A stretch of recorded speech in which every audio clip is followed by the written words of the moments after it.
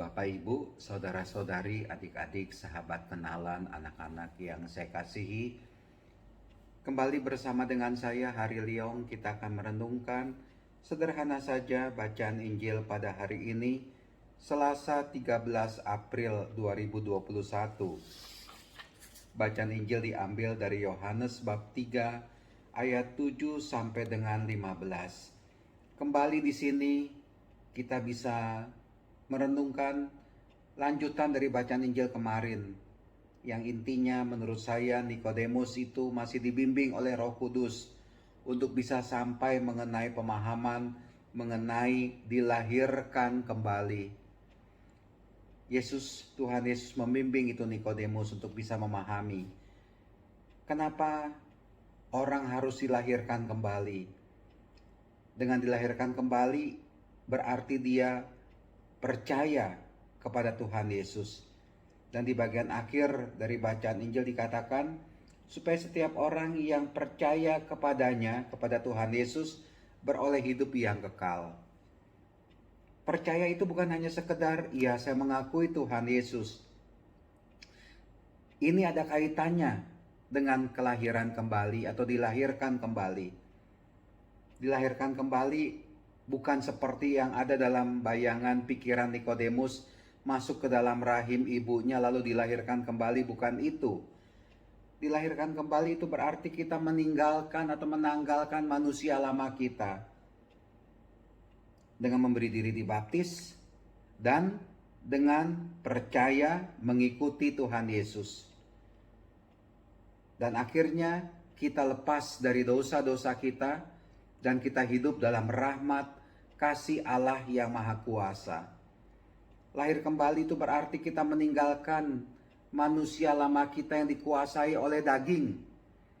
Kedagingan yang kita ikuti, yang kita jalankan itu, yang kerap kali tanpa kita sadari sudah mendarah daging juga dalam kehidupan kita. Kehidupan dosa, dalam keserakahan, dalam kejahatan, itu yang harus kita tinggalkan. Dan kita menjadi manusia baru dengan percaya mengikuti Tuhan Yesus.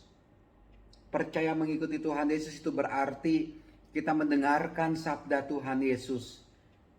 Kita mengikuti, meniru teladan Tuhan Yesus. Sehingga perkataan perbuatan kita tidak lagi seperti orang-orang yang dikuasai oleh daging, tetapi orang-orang yang dikuasai atau mengalami kelahiran kembali. Kelahiran kembali itu berarti kita hidup di dalam roh itu. Kelahiran kembali itu berarti kita sungguh hidup di dalam Tuhan Yesus. Tuhan Yesus itu menjiwai seluruh hidup kita. Tuhan Yesus itu menjiwai alam pikiran kita, kehendak kita, budi kita. Dan kita mengalami, dikuatkan oleh kasih dari Tuhan. Dan kasih dari Tuhan inilah yang kita mau lakukan, kita mau wujudkan dalam kehidupan kita. Itulah dia orang yang lahir kembali.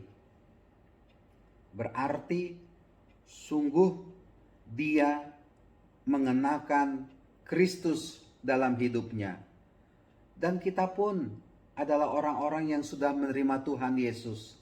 Tuhan Yesus itu tidak jauh, tapi Tuhan Yesus itu ada dekat. Tuhan Yesus itu ada di dalam hati kita. Tuhan Yesus itu ada di dalam diri kita.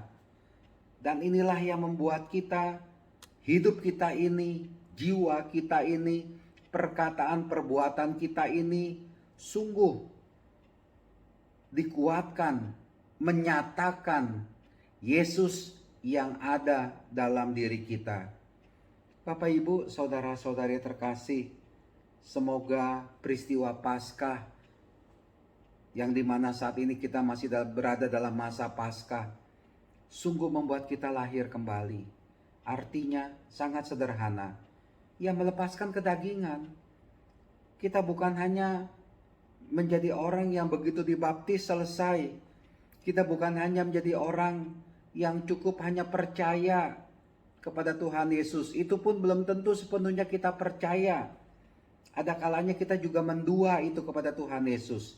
Tapi yang penting adalah tindakan, perkataan, perbuatan kita kepada Allah dan juga kepada sesama, menunjukkan bahwa kita ini adalah orang yang percaya kepada Tuhan Yesus. Artinya apa? Mengenakan kasih, melakukan kebaikan, melakukan ucapan yang baik, yang benar kepada sesama. Pokoknya kita ini menjadi manusia baru dengan cara lepas dari segala dosa kesalahan kita, lepas dari masa lalu kita yang kelam, dan kita menuju masa depan bersama dengan Kristus dalam hidup ini ke arah yang sesuai dengan kehendak Kristus. Semoga kita sungguh dilahirkan kembali dan kita hidup di dalam roh, di dalam kebenaran, di dalam kasih, bersama dan dalam Tuhan Yesus. Tuhan memberkati, Tuhan melindungi kita sekalian. Amin.